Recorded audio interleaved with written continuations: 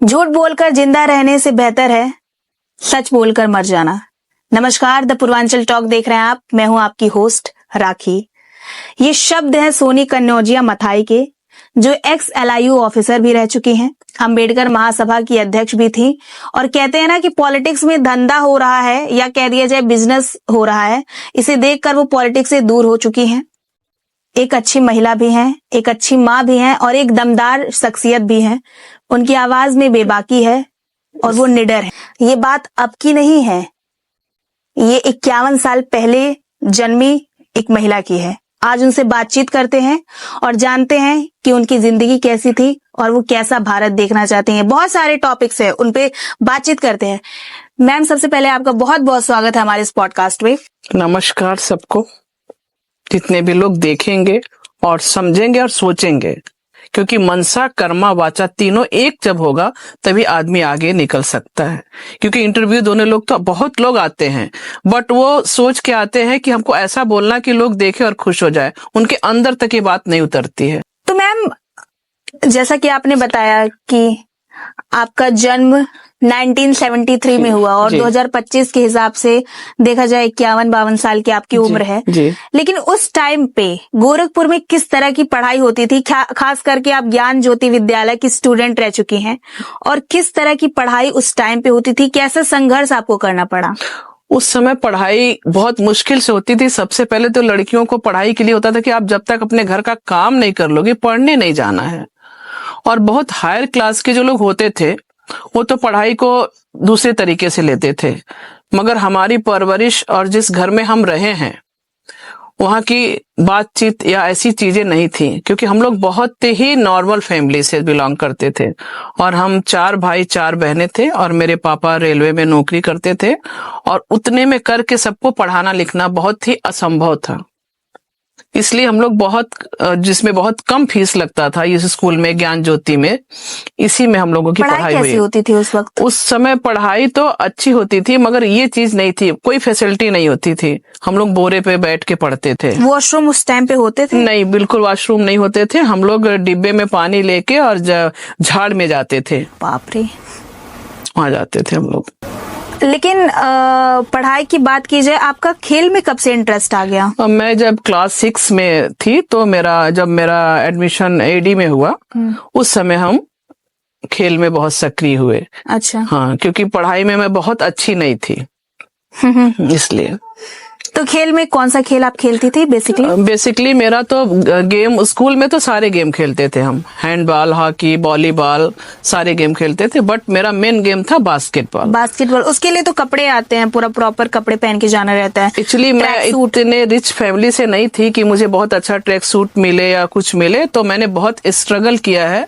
किसी तरीके से मैंने खुद ही मेहनत करके लगभग 35-40 रुपए का एक लोवर खरीदा था और एक टी-शर्ट, और वही पहन के हम प्रैक्टिस पे जाते थे। उन दिनों मेरे पास शू भी नहीं होते थे, मेरे जूते बड़े होते थे, और मैं अपने जूतों के अंदर रुई डाल के जाती थी। और ग्राउंड में जो थोड़े अमीर फैमिली की लड़कियां जाती थी, मतलब, तो मेरा जूता पीछे से निकाल दिया करती थी और मेरी हंसी उड़ाती थी। मगर मेरे दादाजी जो थे वो एक ही बात कहते थे कि बेटा मेहनत करो, परमेश्वर देखता है और एक दिन इसका फल मिलेगा। और इस चीज पे मुझे बहुत बिलीव था। और जब मैं बोरे पे बैठ के, खेत में बैठ के पढ़ती थी, जो रोशनी आती थी, तो मैं सोचती थी कि परमेश्वर देख रहा है, जल्दी से अच्छे से पढ़ो। ये डर मेरे अंदर शुरू से रहा है। अच्छा, बचपन में एक होता है ना, बच्चों के अंदर एक ललक होती है, मैं बड़ा होके ये बनूंगी, डॉक्टर बनूंगी, इंजीनियर। आपके अंदर कौन सी ललक? मेरे ललक यही थी कि मैं गवर्नमेंट जॉब करूंगी। Government job? हाँ, करूंगी, जरूर करूंगी, और रेलवे का जॉब करूंगी। अच्छा, रेलवे में जाना था? ये था मेरा। ठीक है, फिर उसके बाद उस चीज की पढ़ाई कब से स्टार्ट की?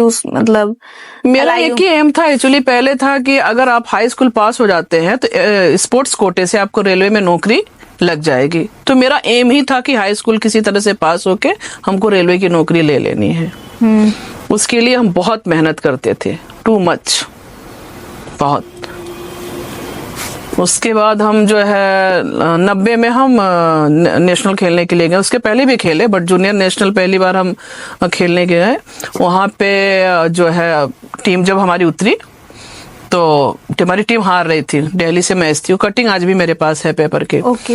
तो मुझे इंग्लिश भी बहुत अच्छी से नहीं आती थी, इसमें लिखा था क्लिप हैंगर मैच, मतलब वो कब क्या हो ऐसा डिसीजन हो सकता था। तो जब हमारी टीम हारने लगी तो फिर हमारे कोच साहब जो थे अस्कंद राय, वो मुझे जो है लास्ट टाइम में उतार दिए ग्राउंड में। तो उस समय मेरे अंदर इतना आग भरा हुआ था ना कि मैं आगे से बॉल टैप कर करके लगातार बास्केट मारी और हमारी टीम जीत गई, यूपी टीम दिल्ली से जीत गई। उसके बाद मेरे पास तुरंत वहां पे हॉस्टल के लिए मेरा सिलेक्शन हो गया, मुझे मालूम भी नहीं, और सिलेक्शन हुआ। उसके बाद दूसरे दिन पेपर में बहुत अच्छे से इंग्लिश में निकला। तो मेरी इंग्लिश बहुत कमजोर उस समय। अच्छा। अब तो थोड़ा बहुत चीजें ठीक हो गई हैं। तो मेरे कोच साहब बोले देख तेरा नाम इंग्लिश में लिखा है। हमको क्या लिखा है? बोले star player Soni Kanaujia from UP. तो अगर आपके अंदर आग है ना तो आप बहुत चीजों को, जो गंदी चीजें हैं, जला सकते हो और जहां अंधेरा है उस आग से रोशनी दे सकते हो। ये मेरा फेथ है। उसके बाद जब पढ़ाई लिखाई LIU में कैसे आना हुआ आपका? LIU में एक्चुअली मैंने रेलवे में 2-3 ट्रायल दिया। तो उन दिनों उस समय कुछ वजह से मेरे सिलेक्शन नहीं हुए थे। उसके बाद इसमें तो मेरा दिल ही दिमाग नहीं था। मैं उड़ीसा से खेल के आई तो मेरे पापा ने पुलिस डिपार्टमेंट का वांट निकला था, वो भर दिए। भरने के बाद हम ये सुनते थे कि नौकरी के लिए बहुत चप्पलें घिसनी पड़ती हैं। तो मैं जब फिजिकल अपना देने गई पुलिस डिपार्टमेंट में तो वहां पे एक सरयार खान सर थे, CO थे। तो मुझको बुला के बोले इधर आओ, क्या खाती है कि तू हवा में भागती है, तेरा नौकरी लग गया। क्योंकि मैं NCC भी की थी। किस जगह से? मतलब यहीं से, AD से। AD से? जी अच्छा, जी। मेरा RD कैंप के लिए भी हुआ था। ओके। बट हम RD कैंप में नहीं गए, हम उस समय नेशनल खेलने चले गए थे बास्केटबॉल। तो ये नौकरी मुझे बड़ी इजी गोइंग मिल गई थी। हाँ, मुझे इस नौकरी के लिए काफी संघर्ष नहीं करना पड़ा था। मतलब इजिली आपको मिल गया था ये नौकरी। अच्छा। हाँ। महिलाओं की बात की जाए तो पुलिस डिपार्टमेंट, खासकर यूपी पुलिस की बात की जाए, किस इस सेफ्टी के मामले में कैसा है? नौकरी जो पुलिस डिपार्टमेंट कर रही है उनकी सेफ्टी के लिए आप पूछ रहे हो कि जो महिलाओं की सेफ्टी हम करते हैं उनके लिए आप क्वेश्चन कर रहे हो? मतलब मेरे कहने का मतलब ये है मैम, जिस तरीके से देखा जाए जो महिला हैं वो अदर डिपार्टमेंट में सेफ नहीं फील करती हैं, तो पुलिस डिपार्टमेंट में अक्सर न्यूज आती रहती है। तो क्या आपको लगता है, आप वहां पे काम कर चुकी हैं, तो वहां पे किस तरह का सेफ्टी है? पुलिस डिपार्टमेंट में बहुत सेफ्टी है, सेफ्टी की कमी नहीं है। बट आपकी ड्यूटी की टाइम और आपकी नीयत पे भी निर्भर करता है। जो आपका टाइम टेकिंग है उसमें आप नौकरी करिए, जो सैलरी मिल रही है आपको आप उसमें संतुष्ट रहिए। आप जब अपने अंडर में रहोगे तो फिर आपके ऊपर कोई भी दबाव नहीं बना सकता है। जब आप अपने दायरे के बाहर निकलोगे तो आपके ऊपर दबाव बनेगा। अगर आप जैसे कि है, ठीक है, आपको छुट्टी नहीं मिल रही है तो आप अपने से बड़े ऑफिसर के पास जाओ, आप छोटे ऑफिसर के पास क्यों जाते हो? तो ये जो स्टेप जाते हैं उससे प्रॉब्लमें बढ़ती हैं, क्योंकि अगला आपको पसंद नहीं कर रहा, वो आपकी छुट्टी की एप्लीकेशन नहीं लगाएगा। बड़े ऑफिसर को मालूम नहीं है कि आपको प्रॉब्लम है, और जब बात गड़बड़ होती है तो सीधे बड़े ऑफिसर पे जाती है। तो ये स्टेप वाइज में गलती है। एक स्टेप ऐसा होना चाहिए कि डायरेक्ट आप बात कर लो। क्योंकि हम जब नौकरी करते थे तो जब भी कोई प्रॉब्लम होती थी तो हम जरूर बड़े साहब के पास ही जाना पसंद करते थे। क्यों? क्योंकि हमको मालूम था कि वो सही डिसीजन लेंगे। छोटा क्या है, आपको एक ग्राउंड बना के घेरेगा और उसमें आपको फंसाने की कोशिश करेगा। इसलिए डर को खत्म करना है, और आप डरोगे तभी जब आप गलत रहोगे। सही रहोगे तो आप सही डिसीजन लोगे।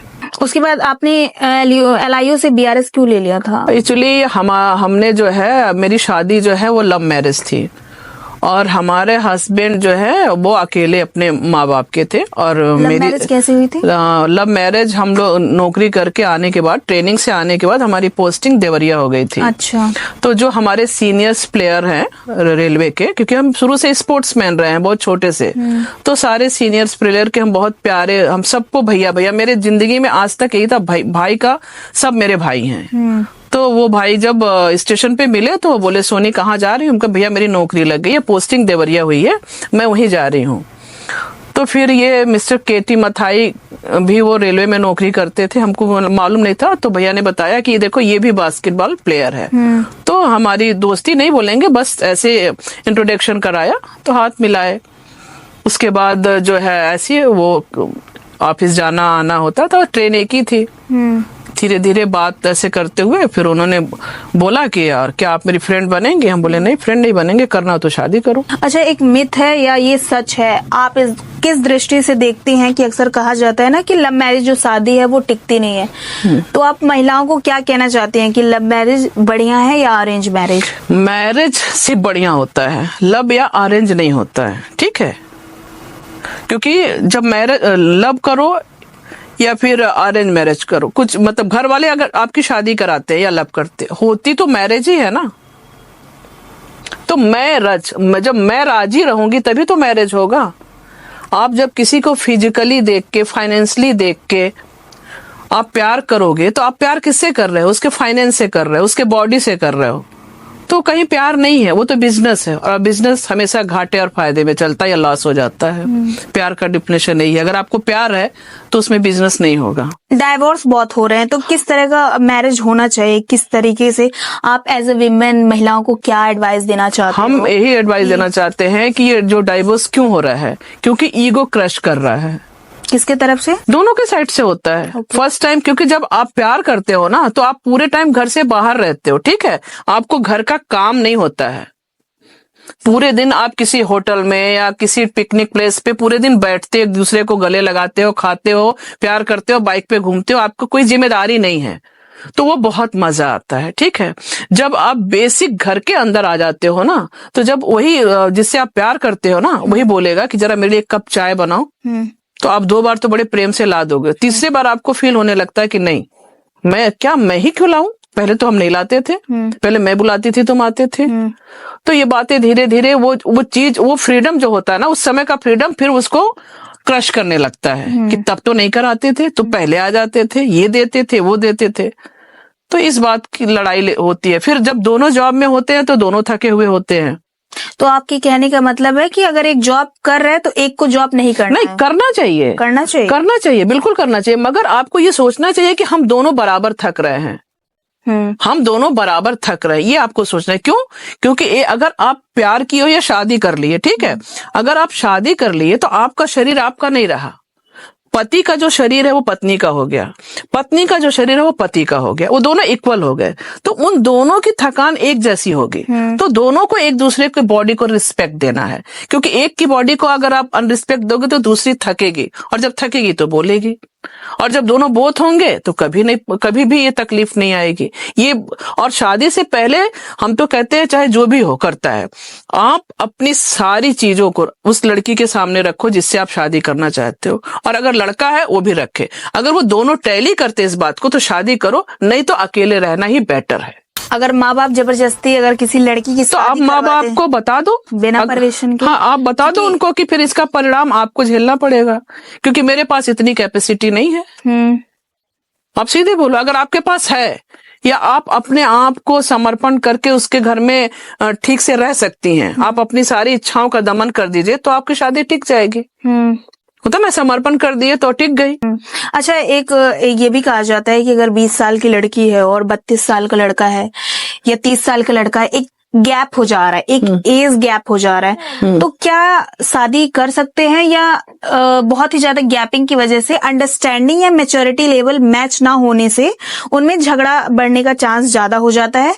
क्या आपको लगता है कि ये गलत है या शादी करनी चाहिए? ये गलत नहीं है, ये सही भी है, क्योंकि अगर आप मेंटली प्रिपेयर हो कि वो आदमी मेरे से 10 साल बुढ़ा है, ठीक है, और आपकी कैपेसिटी है कि उसके साथ आप अच्छे से लाइफ सेट कर सकते हो, तब तो आप हो जाओगे। और अगर आप ये सोच के कि हाँ इस बुढ़े से शादी करने के बाद मुझे प्रॉफिट होगा, मुझे वो 10 साल बड़ा है, बुढ़ा है, ठीक है, अगर उससे आपको प्रॉफिट दिख रहा है तो आप उसके प्रॉफिट पे जाओगे। कुछ लोग आज इस समय, बहुत सारी औरतें, क्या लड़कियां ऐसी हैं जो अपने से 20-20 साल 25-25 साल बड़े लोगों से शादी कर रही हैं। क्यों? क्योंकि वो इसलिए कि उनकी सारी इच्छाएं पूरी हो जाती है। वो अपनी इच्छा पूर्ति के लिए शादी करती हैं, पैसों के लिए, पैसे के लिए करती है, उनको और कोई फायदा उससे प्रॉफिट नहीं होने वाला। ये है। अगर बात की जाए टीनेज गर्ल्स की या मेरे जैसे गर्ल्स की, उनको क्या एडवाइस देना चाहते हो कि उस टाइम पे मैं ये थी और मैंने वो किया, देखा जाए किस तरीके से उन्हें सजेस्ट करना चाहते हैं उनके लाइफस्टाइल के बारे में, या कौन सी ऐसी एक चीज जो आपको आगे ले जाएगी एज अ मेंटोर? देखिए, अभी सबसे अच्छी चीज है कि आप एजुकेटेड होइए। जब तक आप एजुकेटेड नहीं होगे आप कुछ भी नहीं कर सकते हैं, क्योंकि फिर आप वही करोगे जो आपको बताया जाएगा। जस्ट लाइक कठपुतली, कितना भी अच्छा सजा दो, डोर तो दूसरे के हाथ में ही है। जब आपको सारे सब्जेक्ट की जानकारी रहेगी तो फिर आप कभी भी किसी से लूज नहीं होगे। ये बहुत जरूरी है। और ज्यादा शादी के ऊपर फोकस करना बेकार है। आप सबसे पहले अपने कैरियर के ऊपर फोकस करो, क्योंकि आपका कैरियर होगा तो शादी भी अच्छी मिलेगी। ऐसी नहीं बात है कि जो लोग अपना कैरियर बना चुके हैं उनकी शादियां गड़बड़ हुई हैं। क्योंकि फिर आप डिपेंड हो ना, अपने ऊपर डिपेंड हो, और जब आप डिपेंड रहते हो तो फिर आपको एक नई ताकत मिलती है।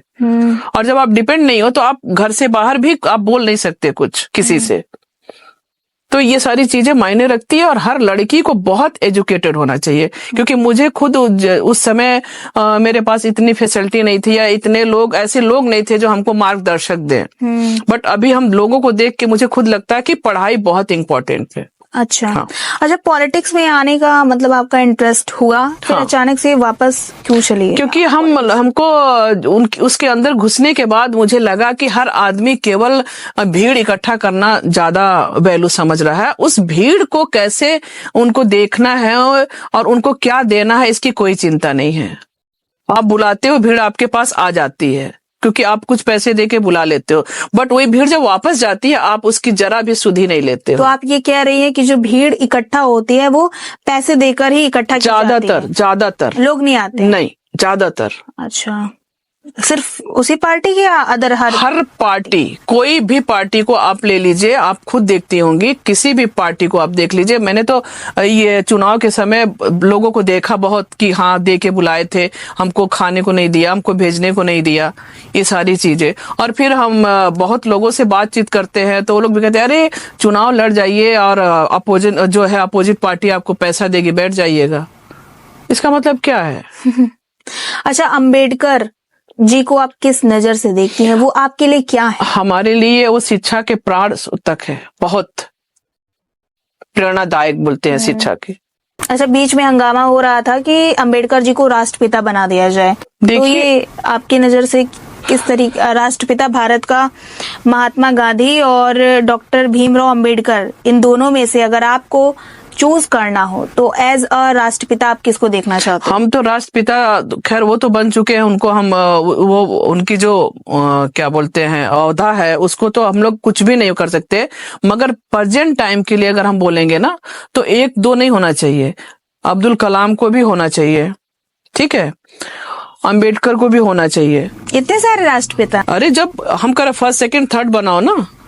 अच्छा, मतलब राष्ट्रपिता 1, राष्ट्रपिता 2 एंड राष्ट्रपिता। हाँ, जब हम कह रहे हैं, जब क्या नाम है ये क्या बोलते हैं राष्ट्रपति बनते हैं ना, एक बनता है कि प्रेजेंट है, एक उसके बाद बनता है उपराष्ट्रपति। तो इसमें भी तो हो सकते हैं ना, क्योंकि ये लोग तो वाकई में एक काम किए हैं, उन्होंने अपने जीवन त्याग दिया। कलाम ने क्या लिया? उनके जैसा तो हॉनेस्ट कोई होगा ही नहीं, जिन्होंने एक केवल किताबें और कुछ, और जितने पैसे उनको मिले सब कुछ वो बांट दिए। आज भी वो अपने भाई बहन परिवार को किसी को कुछ भी नहीं दिया है उन लोगों ने। तो इतना बड़ा त्याग क्या कोई पॉलिटिशियन किया आज तक? बता दो आप, है कोई? अच्छा, क्या कमी रही कि आज साल 2025 में हम खड़े हैं और महिलाओं की भागीदारी संसद में अभी भी बहुत कम है? तो ये उन्हीं से पूछना चाहिए ना, जो वहीं पे दंगा करते हैं, नंगा करते हैं और एक दूसरे को जूता चप्पल मारते हैं, सब करते हैं, और फिर कहते हैं कि जनता खराब है।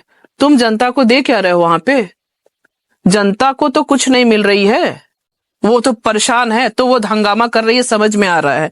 उसको एजुकेशन नहीं मिल रहा है, किसी को राशन नहीं मिल रहा है, मतलब हॉस्पिटल की किसी को फैसिलिटी नहीं मिल रही है, बच्चे जो पढ़ रहे हैं उनको फीस बढ़ गई, तरह तरह की बातें हैं। मगर इन पॉलिटिशियन लोगों को तो पूरा पूरा तनख्वाह मिल रहा है, पेंशन भी मिल रहा है। गवर्नमेंट जॉब की पेंशन बंद हो गई, इनको पेंशन मिला। 5 साल की नौकरी भी नहीं है, इनकी कोई फाइलें भी नहीं खुलती हैं, कुछ भी नहीं होता इनके खिलाफ कि एक जो भी विधायक हो या एमपी एमएलए हो उसको एक काम दिया जाए, अगर वो जो काम नहीं कर रहा उसकी सैलरी काटी जाए, नहीं कटती है। मगर अभी गवर्नमेंट जॉब का है, वो नहीं किया, उसकी सैलरी कट जाएगी। और ये अपनी तनख्वाह जो है वहीं संसद में ही वहीं पे सब कुछ करके बढ़ा लेते हैं। और जब ये जनता जब रोड पे उतरती है अपने पैसे के लिए तो डंडा और उसके ऊपर आंसू गैस का गोला छोड़ा जाता है, घर फेंक दिया जाता है। जनता वोट भी तो उन्हीं को देती है ना, तो जनता के पास कोई विकल्प नहीं है ना। क्यों, पार्टियां तो हैं, एक पार्टी थोड़ी ना है, तो सबसे वही तो ज्यादा बात पार्टी है, भारत में है। यही तो बात है कि तो ये पार्टियां अपनी खुद नहीं है, ये पार्टी प्रॉफिट के लिए इधर जाती है उधर जाती है। जनता क्या करे, जनता भोली वाली सोचती है कि कहीं जाएगा नहीं। और ये वही है कि जनता बेवकूफ है, जनता बेवकूफ है। ये वही है कि हमको जो है इधर आदमी खड़ा है एक, और वो जो है अभी वो प्राइवेट नौकरी में, उससे हम शादी कर लिए। फिर दूसरा आदमी है जो पता चला कि अंबानी के साथ काम करता है, उसका जिसको छोड़े उसको शादी कर लिए, हम अमीर हो गए। तो पॉलिटिशियन भी तो यही कर रहे हैं, जिस पार्टी में उनको प्रॉफिट उधर घुस जा रहे हैं। और वही वो अपने जब जनता के बीच में रहते हैं तो कहते हैं मुझे तो, मैं इस पार्टी का हूं। इनके लिए कोई दायरा नहीं है, ये कहीं भी घुस सकते हैं। मगर इस सरकारी जॉब वाला अगर चाहे कि हम पुलिस में हैं तो हम आके नर्स की नौकरी करें, नहीं करेगा। उसके लिए एक लिमिट बांधा गया है ना। एक बैंक का कर्मचारी सोचे कि हम जाके पुलिस में नौकरी करें, कर सकता है? नहीं कर सकता है। बट एक पार्टी का दूसरे पार्टी में घुस जाएगा।